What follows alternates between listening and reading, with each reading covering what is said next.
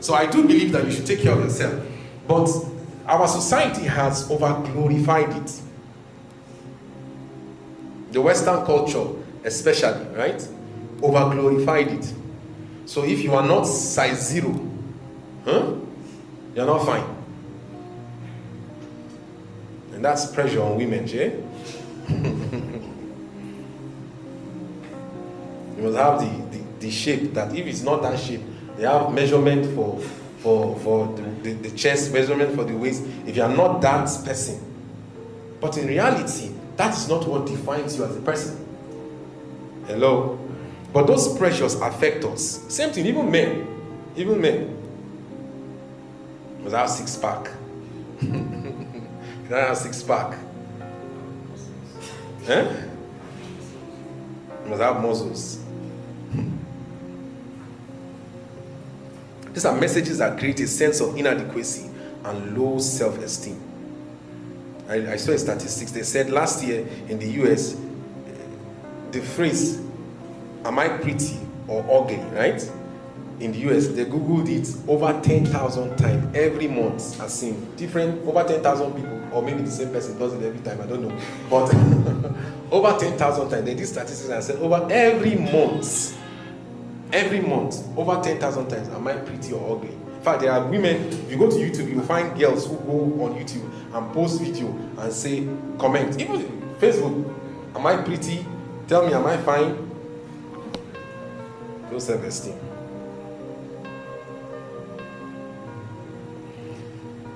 Let's go to the next one. So I alluded to this a little bit when we were talking. This person is asking him, do you like this place? What's the next thing he says? My wife thinks it's pricey.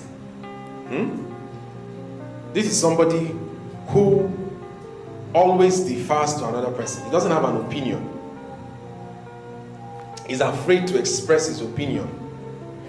That's a trait of somebody who has low self-esteem. The question is, do you like this place? Nobody asks what your wife thinks about it. Hello? Nobody asks what your wife thinks about it. Do you? In fact, nobody has even said buy it. Nobody has said, do you have the money to buy it? They just said, do you like this place? And that's in itself is a problem. Being able to say, I like it, is a problem. Low self-esteem.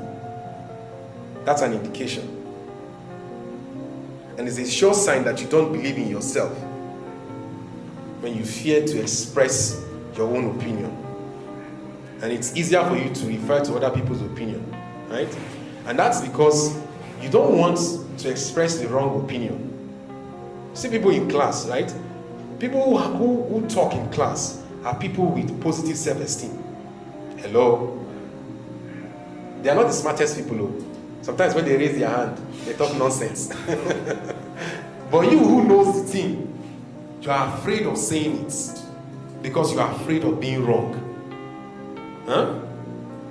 If you can say, Rookie said, if you can answer the teacher and say, Rookie said it is this, you will feel comfortable because it's Rookie's opinion, not my own.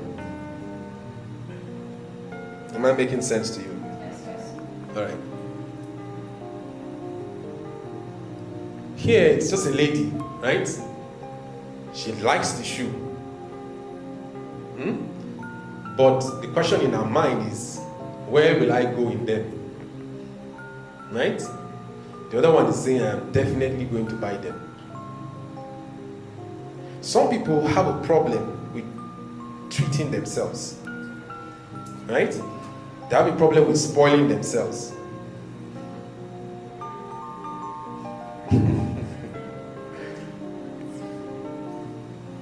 People who don't value themselves enough rarely do something purely for pleasure. Rarely. They would rather think of a million reasons not to do something they really want to do, even if it would make them feel a bit happier. However, a great way to fight low self-esteem is to do the things you really enjoy. That's a great way to fight low self-esteem. So you see the shoe, you like the shoe. I buy the shoe. It's not about where I'm going to go with it or who is going to see it. It's because I like it and I can afford it. Do you understand? Okay. So when you find people who have a difficulty, to spend on themselves, to buy things for themselves, to do things that are pleasurable for themselves, people like that, many of them would rather do things for another person than do for themselves.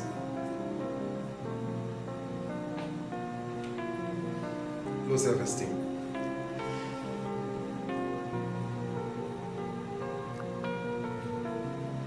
So now this we talked about a little bit when we were talking about self-worth too, right?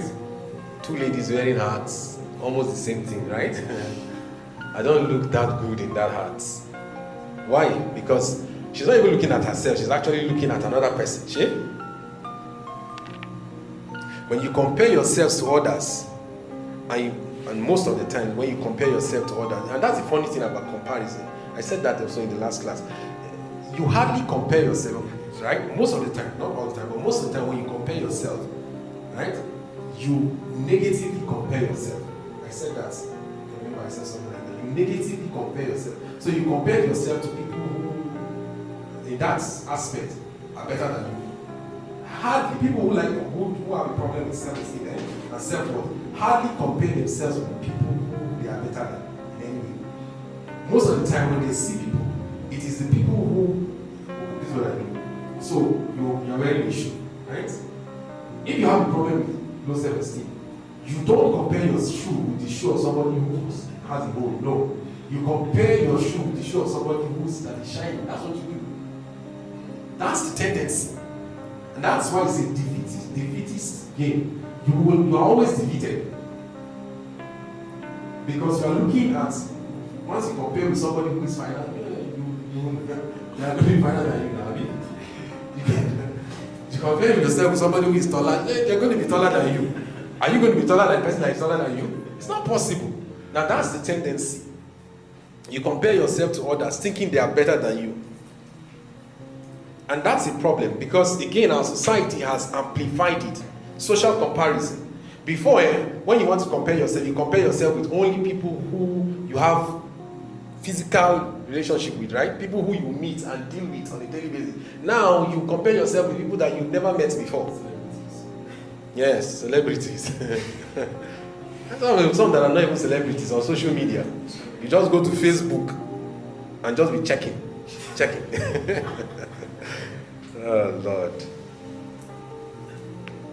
We compare ourselves with perfect picture, right? That are often exaggerated. What they want us to see. That's what we are comparing ourselves with. What they want us to see. Because that person, somebody who posts their house, will they post dirty plates in their kitchen? No, they're going to go to the very fine part of their house and post it.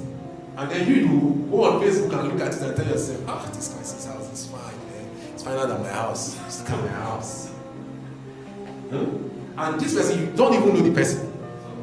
I have how many friends on Facebook? I don't know. But I have never met them, right? And that's the thing about social distancing. Now you are competing and comparing yourself to somebody who you really don't even have any relationship with.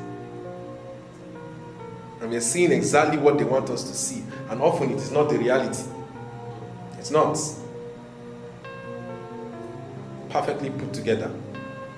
Her and her boyfriend smiling. And then you now tell yourself, my boyfriend doesn't. Because that's what she wants you to see. If you cannot go a minute without thinking that someone could do something better than you, or be better than you in one way or the other, your self-esteem is low. And you need to do something about it. Psychologists, they suggest that you stop comparing yourselves. Is there a problem? Stop comparing yourself with others. Comparison is destructive. It is destructive. They further amplify your sense of, your low self-esteem. And they are based on false assumptions. Somebody who has low self-esteem does not want to try new things. So here is just a picture of guys, right? What? Yeah. So it's exaggerated, but what they're trying to depict is that this person has never done that before, right? It's a new thing. You never try things because you are afraid of failing. I said that already when I was talking. That's a sign of somebody who has low self-esteem. Fear of change. If it's not something that everybody's doing and you can see that everybody's succeeding in, you don't want to do it.